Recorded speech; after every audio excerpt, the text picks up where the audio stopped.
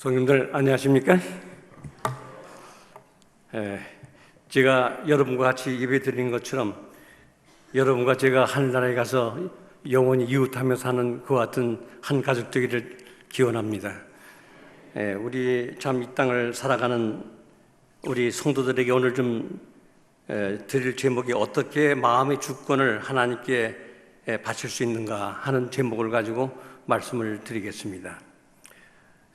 여기 사도행전 17장 24절로부터 좀 읽겠습니다. 우주와 그 가운데 있는 만물을 지으신 하나님께서는 천지의 주제시니 손으로 지은 전에 계시지 아니하고 또 무엇이 부족한 것처럼 사람의 손으로 섬김을 받으신 것이 아니니 이는 만민에게 생명과 호흡과 만물을 친히 주시는 이심이라. 인류의 모든 족속을 한 혈통으로 만드사 온 땅에 살게 하시고 그들의 연대를 정하시며 거주의 경계를 하나셨으니. 우리 특별히 여기에 있는 말씀 중에 만민에게 생명과 호흡과 만물을 주시는 하나님을 오늘 우리 마음 가운데 참 만날 수 있는 성령의 은총이 계시기를 참 마음 가운데 기도하면서 말씀을 지금 준비했습니다. 우주를 움직이는 네 가지 힘이 있습니다. 다시 한번 우주가 만들어지고 생성되고 하는 그 네 가지 에너지가 있는데 그걸 가지고 첫째는 그걸 하나를 강행력이라고 합니다. 성경 말씀 에베소 5장 13절에 볼 것 같으면 이렇게 나와 있습니다. 그러나 책망을 받는 모든 것은 빛으로 말미암아 드러나니 드러나는 것마다 빛이니라 말씀했습니다. 이 성경 가운데는 우리에게 보여지는 모든 것을 빛으로 만드셨다 하나님께서 그렇게 말씀을 했습니다. 그래서 우리 물질을 쪼갤 것 같으면 원자라고 그랬지 않습니까? 근데 원자 속에 이제 핵이 있습니다. 거기에 그 전자, 양자, 중성자 이런 것들이 들어있는데 그걸 또 쪼개는 것 같은 물리학이 발전됐습니다. 최초로 남는 것이 쿠어크입니다. 제일 물질의 기본 단위를 쿠어크라고 하는데 그 쿠어크를 가지고서 어떤 일을 하는가, 이렇게 쿠어크가 빛 물질의 기본 단위입니다. 기본 단위인데 그 강행력이라는 말은 그 기본 단위인 쿠어크, 빛의 물질을 묶는 끈을 말하는 것입니다. 예를 들어서 수소할 같은 3개의 빛을 강행력으로 묶을 때 수소가 됩니다. 또 탄소는 11개의 빛을 강행력으로 묶을 때 탄소가 됩니다. 또 질소는 14개의 빛을 강행력으로 묶을 때 질소가 되는 것입니다. 그 다음에 산소는 16개의 빛을 강행력으로 묶을 때 산소가 됩니다. 자, 이와 같이 모든 물질을 다른 개수의 빛을 강행력으로 묶을 때 물질이 되는데 예를 들어 마그네슘이라든지 철이라든지 칼슘이라든지 이런 것들도 알고 볼 것 같으면 빛의 그 쿠어크를 몇 개를 묶었느냐에 따라서 이 물질이 달라지는 것을 말하고 있는 것입니다. 그래서 우리가 창조 사업에 나타난 강행력을 우리가 좀 생각해 보겠습니다. 첫째 날은 지금 말씀드린 대로 빛을 만드셨다는데 그것이 물질의 기본 단위를 지금 말하고 있는 것입니다. 그 다음에 둘째 날은 정보 에너지를 창조하셨습니다. 그래서 그 시편 19편 1절로 4절에 볼 것 같으면 날은 날에게 말하고 밤은 밤에게 말하는데 언어가 없고 들리는 소리가 없으나 그 소리가 온 땅에 통한다. 그렇게 말했습니다. 예를 들어 여러분들이 지금 라디오를 들을 때 우리는 지금 7메가헤르츠로 이 방송을 듣고 있다. 이렇게 말할 때 그 메가헬츠라는 말은 빛의 물질을 말하는데 빛의 물질이 소리를 내며 공중을 날아가는 빛의 물질인데 그것을 말하는 그 헤르츠. 그래서 이 메가헬츠 같으면 1초에 100만 번 파동을 치는 음성을 소리를 내면서 날아가는 빛이 1초에 100만 번 파동을 치면 날아간다. 그런 의미가 되는 것입니다. 그래서 그와 같은 정보 에너지도 알고 볼 것 같으면 강행력으로 이제 어떠한 것을 묶고 있는 것을 우리가 발견하게 됩니다. 그 다음에 셋째 날에 예를 들어 곡식, 채소, 과일, 견과류를 창조하셨는데 그 곡식들이 아까 말한 대로 그 탄소나 수소나 질소나 이런 것들이 모여가지고 곡식이 되지 않습니까? 그것도 알고 볼 것 같으면 강행력으로 묶지 않으면 그런 물질이 만들어지지 않는다, 그 말씀입니다. 그 다음에 넷째 날은 징조와 사시와 일자와 연한을 시간과 공간에 묶으신 그와 같은 창조를 하신 것을 발견합니다. 특별히 이 창조의 넷째 날은 이 지구가 우주의 한 소속되어 있는 하나의 그 사실을 우리에게 해주는데, 그 가운데서 하나님께서 인간을 창조하실 때 지구가 범죄할 것을 알고 창조하시면서 이 창조의 과정이 어떤 식으로 전개될 것인가를 여기다가 징조와 사시와 일자와 연한이라고 하는 그와 같은 것으로 표시를 했습니다. 예를 들어서 징조에서 여러분들이 말씀드리면은 이사야 7장 14절에 볼 것 같으면은, 그러므로 주께서 친히 징조로, 성경 가운데 친히 징조라는 말은 이 한 절수밖에 없습니다. 친히 징조로 너희에게 주실 것이라. 보라, 처녀가 잉태하여 아들을 낳을 것이요 그 이름을 임마누엘이 하리라. 사람은 여섯째 날에 창조되는데 넷째 날에 예수 그리스도가 이 세상에 탄생할 것, 성육신하실 것을 성경 가운데 징조라고, 친히 징조라고 말씀하고 그 이름을 임마누엘이라고 이렇게 말씀을 했습니다. 그래서 그 성취가 마태복음 1장 18절로 19절에 보면 성취가 됩니다. 예수 그리스도의 나심이 이러하니라. 그의 어머니 마리아가 요셉과 약혼하고 동거하기 전에 성령으로 잉태하는 것이 나타났더니 그의 남편 요셉은 의로운 사람이라 그를 드러내지 아니하고 가만히 끊고자 하여 이 일을 생각할 때 주의 사자가 현명하여 가리되, 다윗의 자손 요셉아, 내 아내 마리아 데려오기를 무서워 말라. 그에게 잉태된 자는 성령으로 된 것이라. 아들을 낳으리니 그 이름을 예수라 하라. 이는 그가 자기 백성을 그들의 죄에서 구원할 자이심이라 하니라. 이 모든 일이 된 것은 주께서 선지자로 하신 말씀을 이루려 하심을 이르되, 보라, 처녀가 잉태의 아들을 낳을 것이요 그 이름을 임마누엘이라 하리라. 즉 이사야 7장 14절의 말씀이 이렇게 성취됐다. 그 성경의 그걸 가지고 징조라고 그랬습니다. 다시 말하면 인간이 창조되기 전 이틀 전에 예수 그리스도가 성육신 하실 것을 시간과 공간을 만든 우주 세계에다가 그것을 하나님께서 징조라는 말로다가 우리에게 미리 얘기하신 것을 발견하게 되는 것입니다. 그 다음에 거기 이사야 창세기 1장 14절에 사시가 나오는데, 창조 때는 저기 기후가 온화해서 궁창 위의 물과 궁창 아래의 물로 돼가지고서는 지구가 사시가 없었습니다. 항상 온화했지요. 근데 여기 보면 사시가 나와요. 사시가. 근데 그 사시에 대해서 노아 홍수 이후에 이루어진 것에 대해서 창세기 8장 22절에 이렇게 말씀했습니다. 땅이 있을 동안에는 심음과 거둠과 추위와 더위와 여름과 겨울과 낮과 밤이 쉬지 아니하리라 하면서 이미 지구를 창조하는 넷째 날, 사람이 만들어지기 이틀 전에 이 지구가 창조되지만은 이 세상에 노아 홍수가 와서 사시가 있을 것을 예언했습니다. 근데 그 사시에 대해서, 노아 홍수에 대해서 또 예수님이 친히 오셔서 말씀하시기를, 노아의 때와 같이 인자의 임함도 그러하리라. 홍수 전에 노아가 방주에 들어가던 날까지 사람들이 먹고 마시고 장가들고 시집가고 있으면서 홍수가 나서 그들이 다 멸하기까지 깨닫지 못하였으니 인자의 임함도 그와 같으리라. 이 사시라는 것을, 다시 말하면 지구를 내가 지금 창조하지만은 지구 끝이 있다. 그 얘기가 사시와 연결되는 것입니다. 노아 홍수에 세상을 멸망당하던 세상이 이렇게 이제 끝이 있는 것을 예수께서 노아 홍수를 이뤄서 말씀을 하셨습니다. 그 다음에 거기에 창세기 1장 14절에 일자가 나옵니다. 성경 가운데 일자가 나오는 성경 절수가 출애굽기 12장 6절에 나와요. 이달 열 나흘까지 간직하였다가 해질 때 이스라엘 회중이 그 양을 잡고, 거기 날짜가 나옵니다. 그 날짜가 뭔가 하면 그 6월절 1월 14일을 말하고 있는 것이거든요. 6월절에 그 양이 누구냐? 고린도전서 5장 7절에 말하기를, 너희는 누룩 없는 자인데 새 덩어리가 되기 위하여 묵은 누룩을 내어버리라. 우리의 6월절 양 곧 그리스도께서 희생이 되셨느니라. 즉 예수 그리스도가 1월 14일 날 십자가에 돌아가실 것을 성경가는 날짜라고 그랬습니다. 인간이 창조되기 이틀 전에 아마 십자가에 대한 이야기를 성경에 징조와 사시와 일자를 말하고 있는 것을 우리가 발견하게 되는 것입니다. 그 다음에 여기 연한이 나옵니다.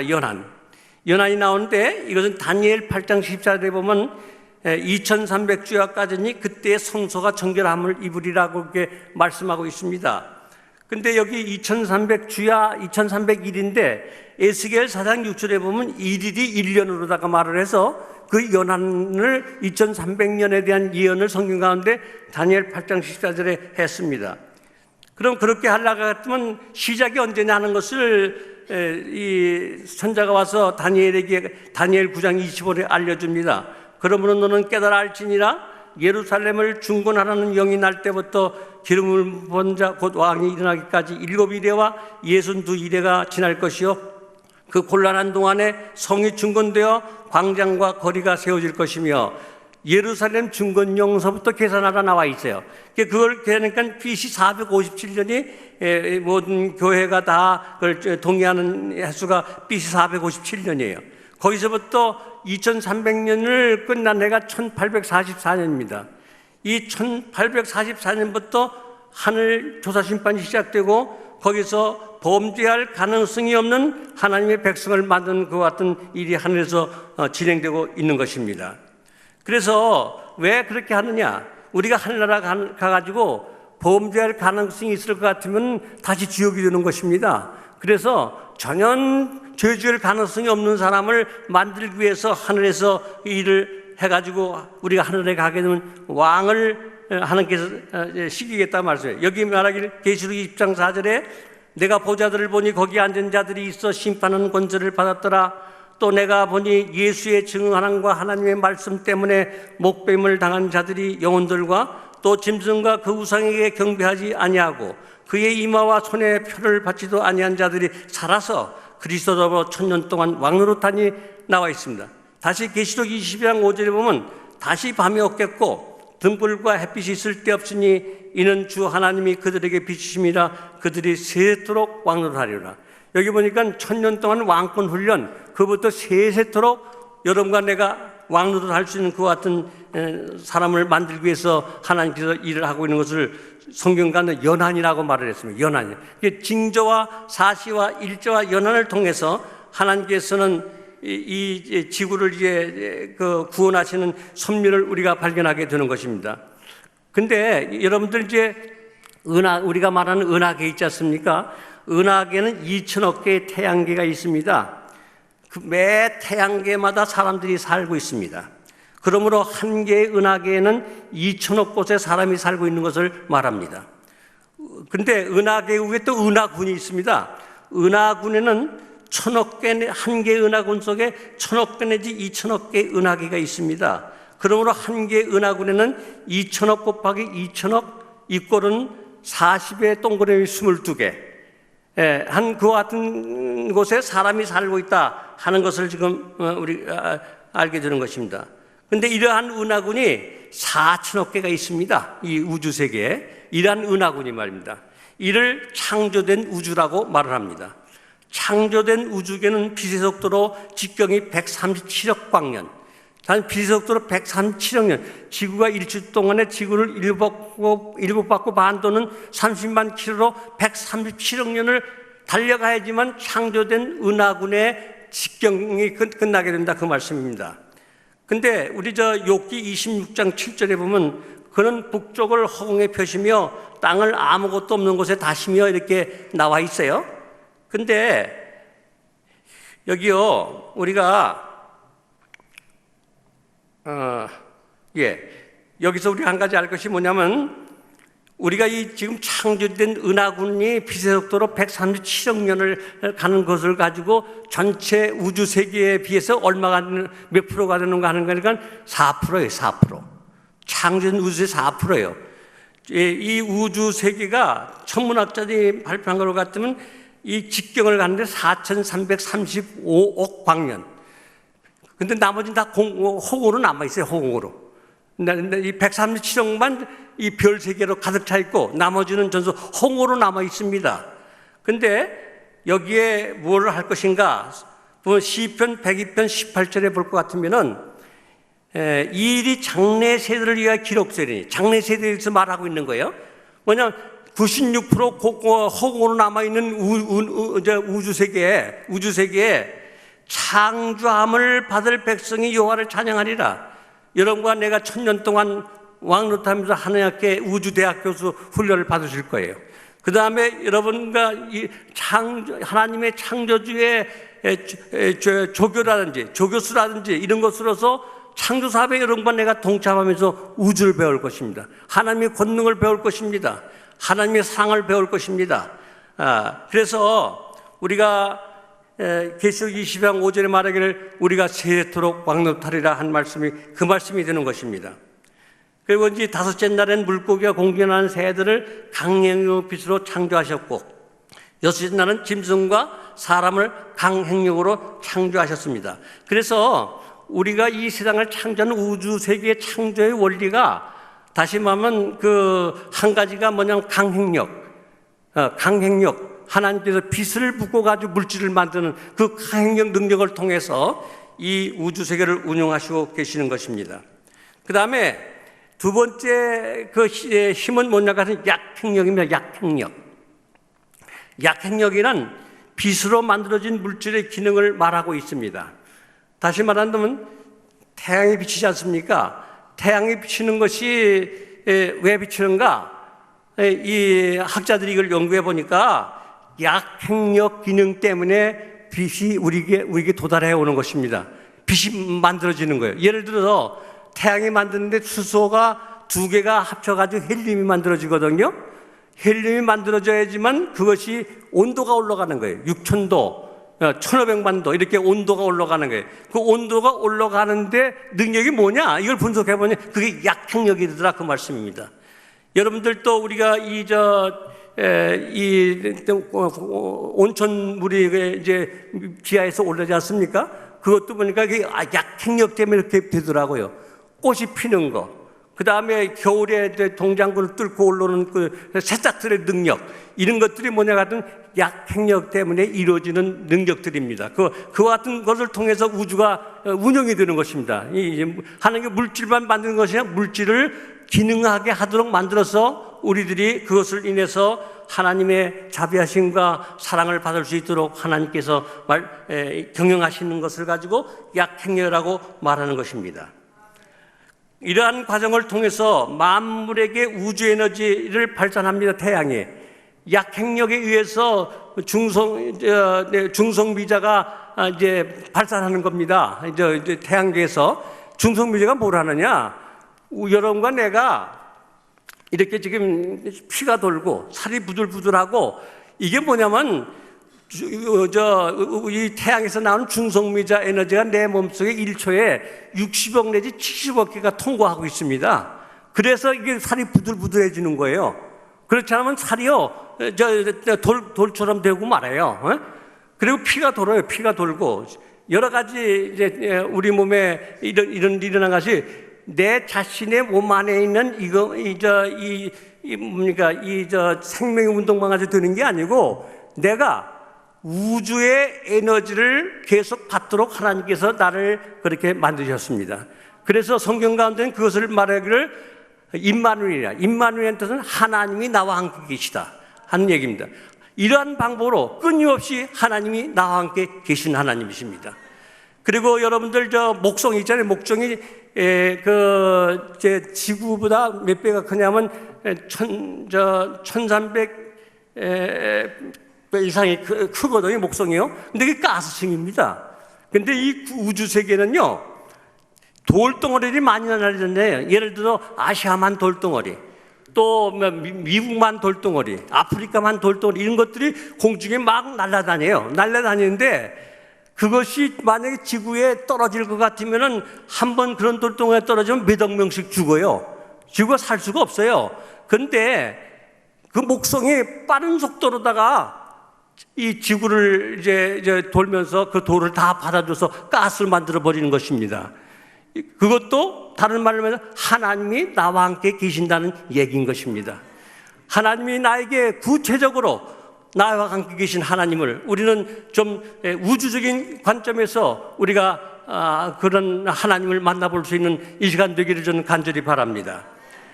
그리고요, 우주를 움직이는 네 가지 힘 중에 세 번째 힘이면 전자기력입니다. 전자기력. 우주의 모든 물질은 에너지가 있기 때문에 돌고 에너지가 있기 때문에 생성되고 되는 것입니다. 그와 같은 에너지를 스스로 영원히 그것이 만들어질 수 있도록 우주의 전자기력이 작용하고 있습니다. 예를 들어서 우리가 자석을 통해서 무한동력을 과학자들이 만들고 있어요. 자석을 가지고 말이에요. 다시 말하면 그 전자기력 때문에 그것에 의해서 지나침이 틀림없이 남북을 가르치는 것처럼 말이에요. 우주의 모든 원리가 그런 식으로 움직이고 있다는 것을 우리가 생각할 때, 그러므로 하나님은 우주 에너지 근원이심으로 예수님을 떠나서는 우리가 아무것도 할 수 없다는 사실을 우리가 알고, 오직 예수가 내 마음에 거할 수 있는 그와 같은 하나님의 은혜가 우리 성도들에게 충만하기를 바라는 것입니다. 예수께서 이르시되 내가 곧 길이요 진리요 생명이니 나로 말함지 않고는 아버지께는 올 자가 없느니라. 요한복음 16장 13절 그러나 진리의 성령이 오시면은 그가 너희를 모든 진리 가운데로 인도하리니 그가 스스로 말하지 않고 오직 듣는 것을 말하며 장래일을 너에게 알리시라고 말씀했습니다. 우리 안에 성령 하나님이 강행력이 돼서 나에게 사랑을 창조하고 나에게 정말로 온유하고 겸손하고 절제하고 이 모든 것을 그것도 하나의 하나님의 성령의 강행력을 통해서 만들어 주시지 않으면 안 되는 것입니다.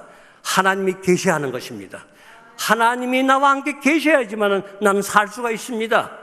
하나님이 나와 함께 계셔야지만 나는 이 세상에서 하나님의 참 이 영광 속에서 하나님의 은혜를 힘입어서 우리가 범죄할 가능성이 없는, 생각까지도 범죄하지 아니하는 사람이 되도록 우리 하나님께서 이렇게 만들어 주실 것입니다.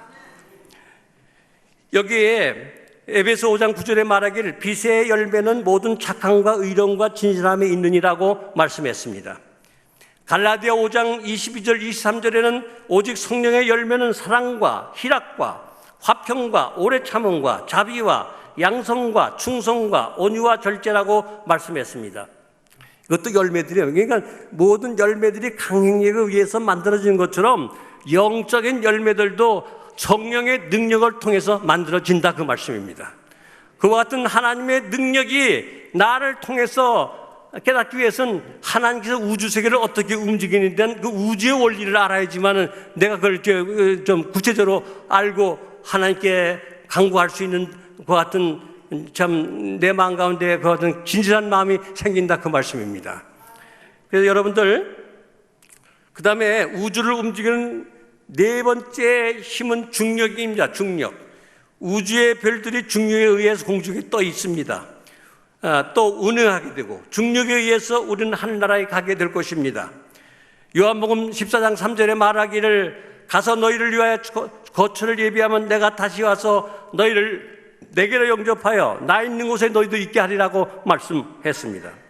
이와 같은 것이 또 데살로니가전서 4장 16절 17절에 이렇게 말씀했습니다. 주께서 호령과 천사장의 소리와 하나님의 나팔로 친히 하늘로 쭉 강림하시리니 그리스도 안에서 죽은 자들이 먼저 일어나고 그 후에 우리 살아남은 자들도 그들과 함께 구름 속으로 끌어올려 공중에서 주를 영접하게 하시리니 그리하여 우리가 항상 주와 함께 있으리라.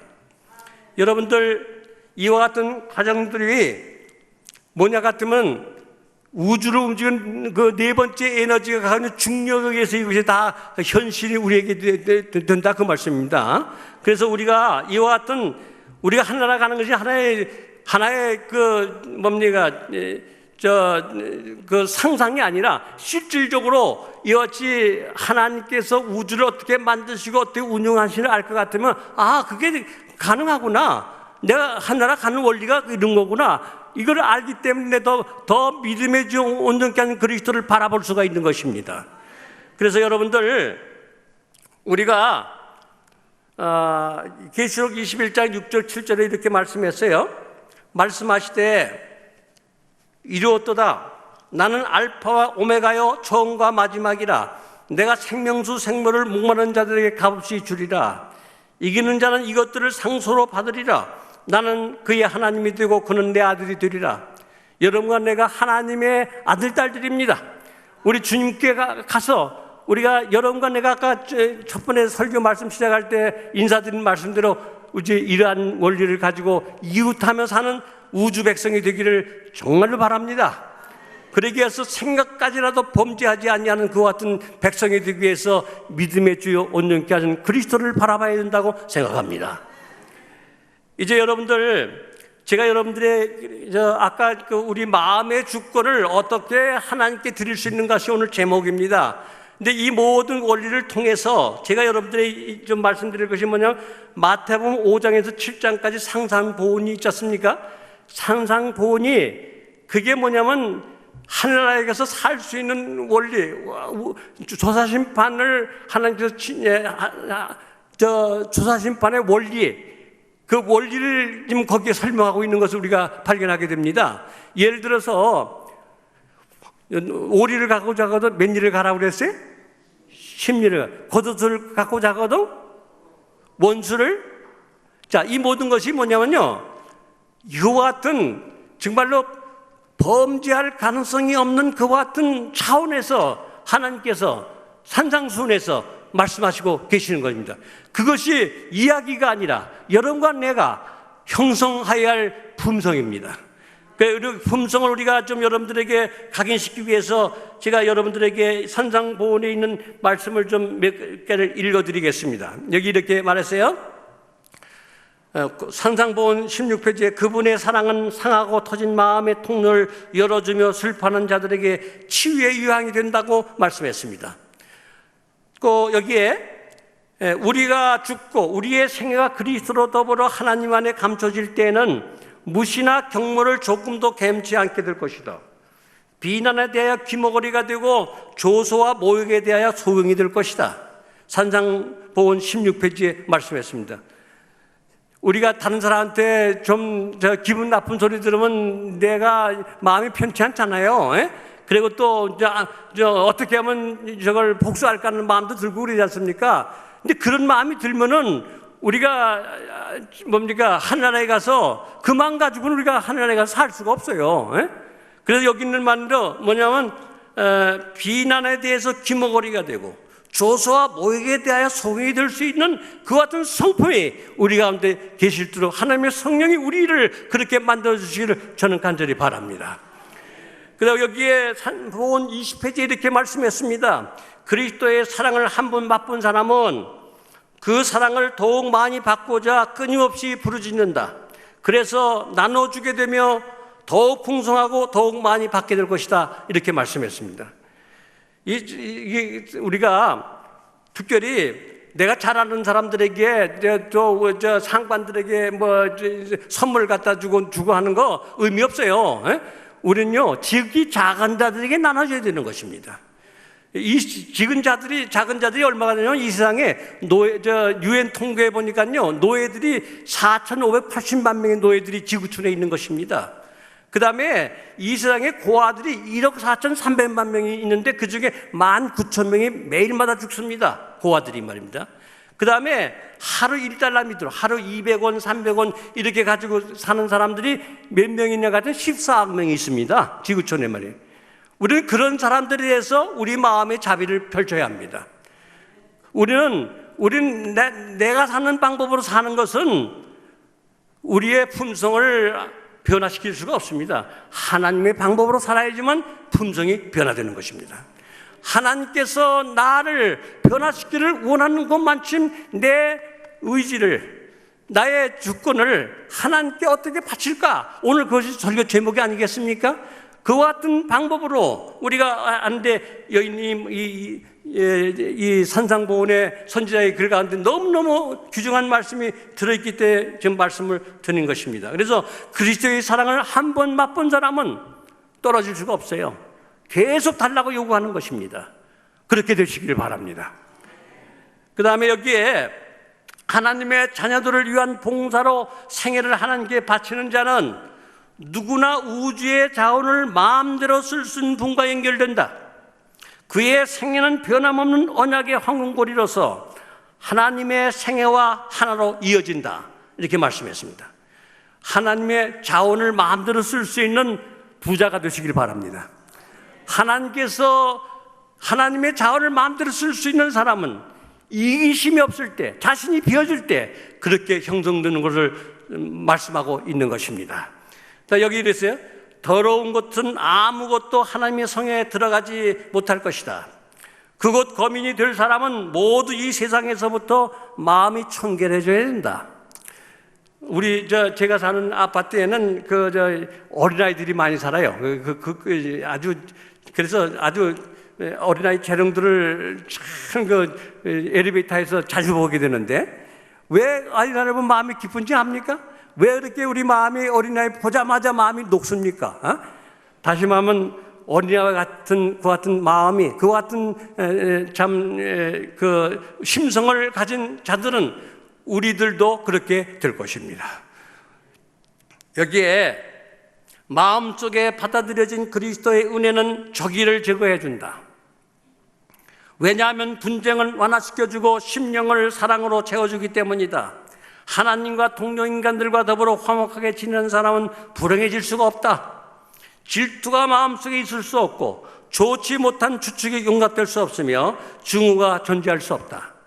자, 여기 있는 이어내신 말씀 하나하나 이렇게 볼 것 같으면은 이와 같은 것을 만들기 위해서 하나님께서 끊임없이 우리에게 약속하신 것이, 내가 너에게 성령을 보내주시겠다, 내가 너에게 느지비 성령을 주시겠다고 약속하신 그 성령을 받을 수 있는 그 같은 마음을 가지시고 이 자리를 떠나시기를 간절히 바랍니다.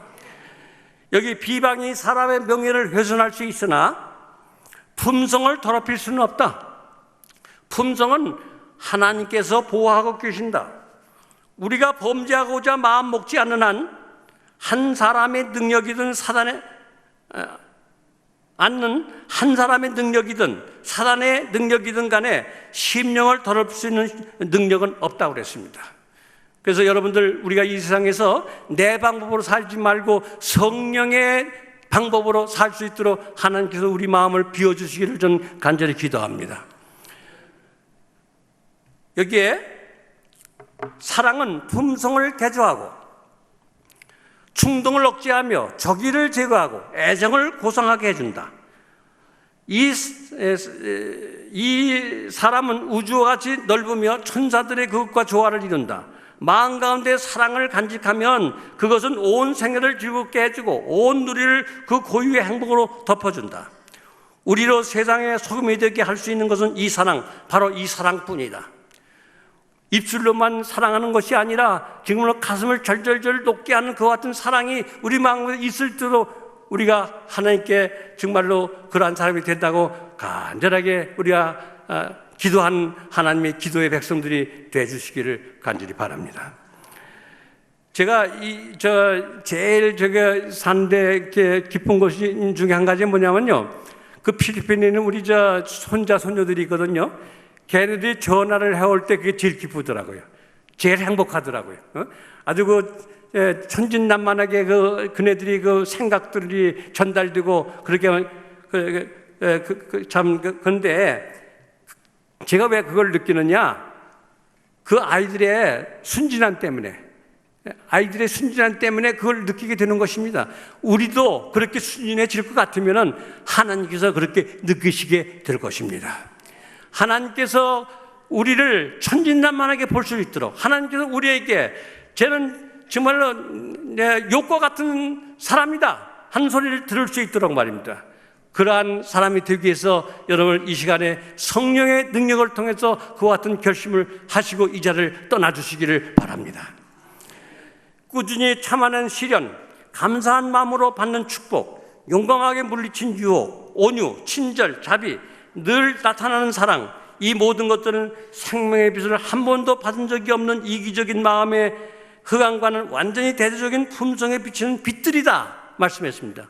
그래서 우리가 모든 세계를 빛을 강행으로 짜매가지고서 물질이 된 것처럼 이날 저녁에 하나님의 성령께서 우리 속에 있어야 될 하늘에 가져가야 할 물질들을 하나님의 성령의 강행령으로 우리를 짜매 주셔서 하나님께서 우리를 새로운 피조물이라는 그 같은 존재로서 우리가 있을 수 있도록 마음에 우리가 결심을 하십시다. 여기에 천연계 속에 있는 모든 것, 곧 광선에 비치는 티끌로부터 하늘에 있는 세계들에 이르기까지 모든 것이 다 법칙 아래 있다. 천계의 질서와 조화는 이 법칙에 순종하는 데 달려있다.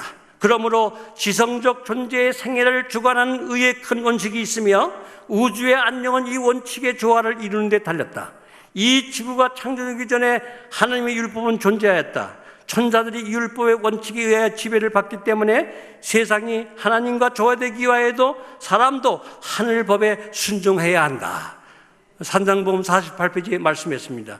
여러분들, 우리가 왜 마귀가 됐습니까? 마귀가 법을 벌었기 때문에 마귀가 된 것입니다. 대적하는 자가 된 겁니다. 이 땅에서 우리는 변명하지 않고 우리는 하나님께서 우리에게 주신 하나님께 대한 사랑과 이웃에 대한 사랑으로 전철된 이 하나님의 계명이 우리의 품성이 되고 능력이 되고 기쁨이 될 수 있고 가치가 될 수 있도록 하나님께서 은혜 주시기를 바라십니다. 여러분들, 여기에 하나님께 자신을 바치는 것은 희생이 요구되는 것이다. 그러나 그것은 더 고상한 것을 위하여 저속한 것을, 신령한 것을 위하여 세속적인 것을, 영원한 것을 위하여 사라져 없어질 것을 버리는 희생이라고 말씀했습니다. 우리는 하나님께 우리가 11조를 내고 무슨 연금을 내고 뭘 내고 하는 것을 우리 이제부터 그것이 하나의 희생이라고 생각하지 말고 특권으로 생각할 수 있는 성도들이 되어야 하는 것입니다. 하나님께서 우리에게 그것을 통해서 우리에게 더 고상한 것을 주길 원하시고 신령한 것을 주길 원하시고 영원한 것을 주길 원하시는 그 같은 하나님이 우리의 하나님이라는 것을 다시 한번 우리가 명심해야 하는 것입니다. 해마다 지구가 풍성한 소산을 내며 태양의 주위를 계속해서 공전하는 것은 고유의 능력 때문이 아니다. 하나님의 손이 유성들을 인도하여 각각 자기 자리를 지키며 질서 있게 운행하게 한다. 여름과 겨울, 파종기와 추수기, 낮과 밤이 질서 있게 계속되는 것이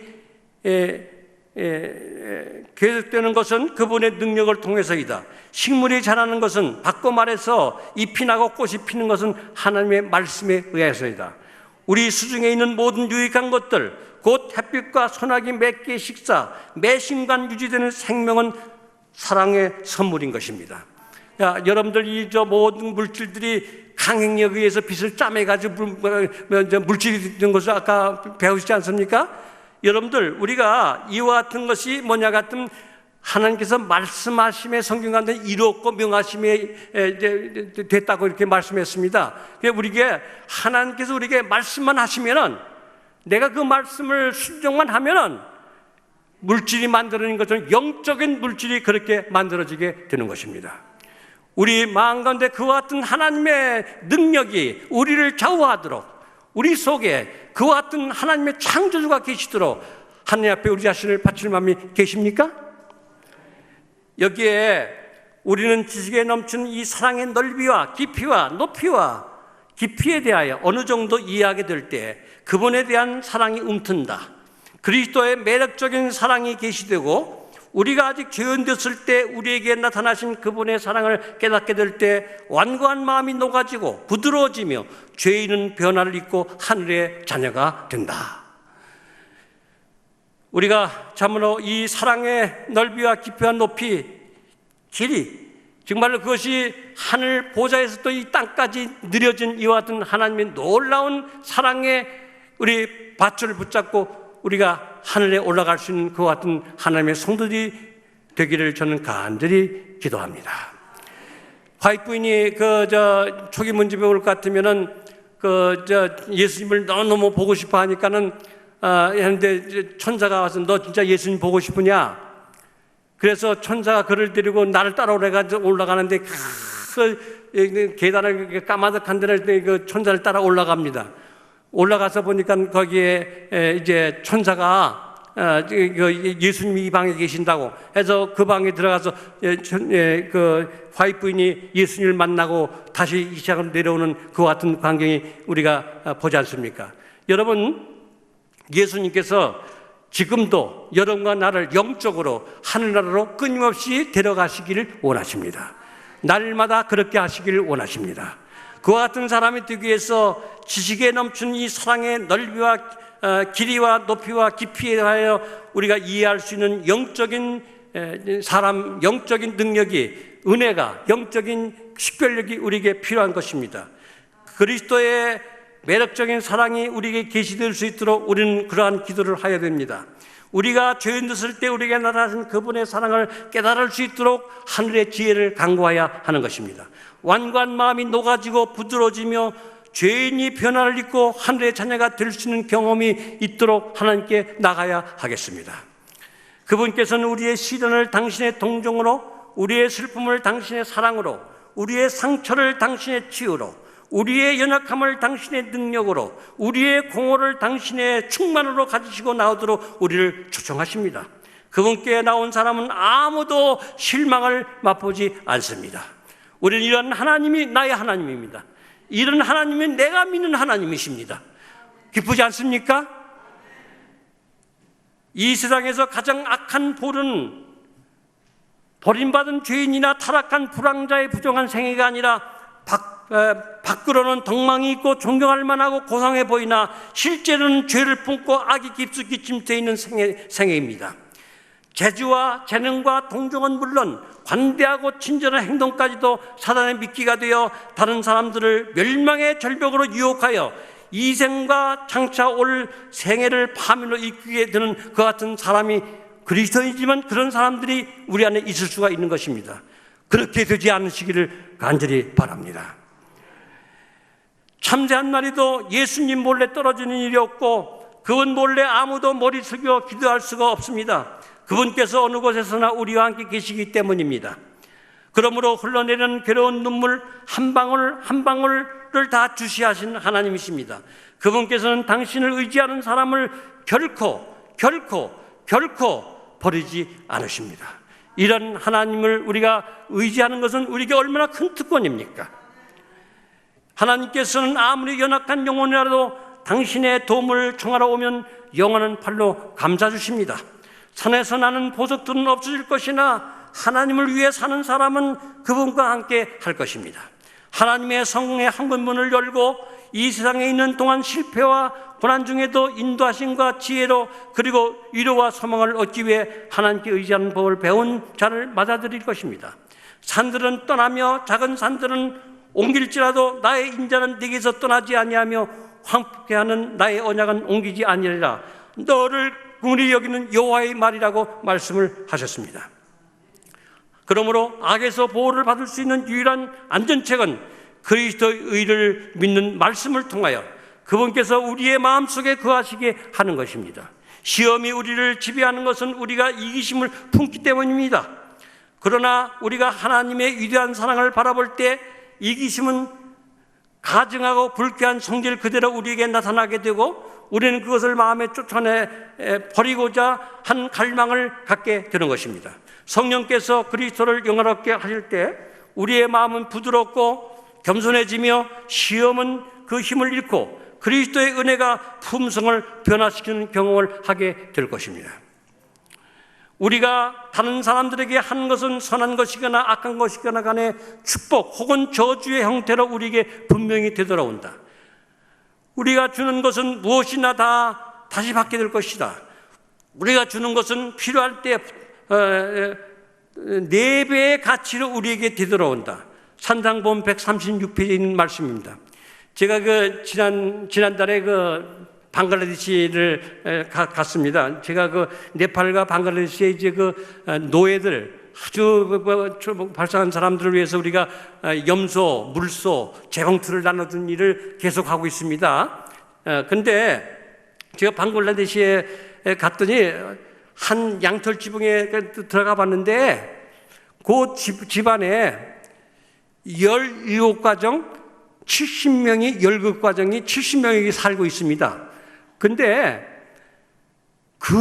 참 비참하게 사는데도 다 나와서 보니까요 얼굴이요 얼마나 행복하고 얼마나 밝게 얼굴이 빛나고 있는지 깜짝 놀랐습니다. 제가 얼마나 큰 죄인인 것을 느끼게 됐습니다. 여러분들이 아시는 대로 유엔에서 발표하기를 세계에서 행복 지수가 제일 높은 데가 방글라데시라고 그러지 않습니까? 우리가 그네들은 돈이 없는데도 하루 1달러 밑으로 살아가는 사람이 1억 7천만 가운데서 1억 3천만 명이 1달러 밑으로 살아가고 있습니다. 그런데도 그네들은 행복하게 삽니다. 그들의 마음은 참으로 부자였습니다. 우리는 그와 같은 그 심령이 우리 가운데 만들어질 수 있도록 하나님께서 우리에게 새로운 은혜로 접근해 주시기를 저는 간절히 바랍니다. 이제 그리스도께서 당신 자신을 죽이기까지 귀중히 여긴 인간을 낮게 평가하는 사람들을 경외 여기도록 이끄는 종교, 인간의 궁극과 고난과 권리에 무관심하게 만든 종교는 거짓 종교입니다. 사단의 길이 매력적으로 보이도록 만들어져 있을 것은 사실이나 그것은 모두 다 기만입니다. 악의 길에는 쓰라린 후회와 점점 깊어지는 고뇌가 있습니다. 우리는 교만과 세속적 야망을 쫓는 것을 즐겁게 여길 수 있습니다. 그러나 그 종말은 고통과 슬픔뿐인 것입니다. 제가 하나만 더 읽고 마치겠습니다. 그리스도인의 생애는 하나의 싸움이요 진군이다. 그러나 얻어야 할 승리는 인간의 힘으로 얻어지지 않는다. 싸움의 장소는 곧 마음이다. 우리가 싸워야 할 싸움, 인류가 지금껏 싸운 가장 큰 싸움은 자아를 하나님의 뜻에 굴복시키는 것, 곧 마음을 사랑의 주권에 바치는 것이다 라고 말씀했습니다. 마음을 사랑의 주권에 바치는 내가 가지고 있는 마음의 주권을 하나님의 사랑에 바칠 수 있는 그와 같은 성령의 능력을 받으시는 충만한 우리 이 별내 재림 성도가 되기를 간절히 바라면서 말씀을 마치겠습니다.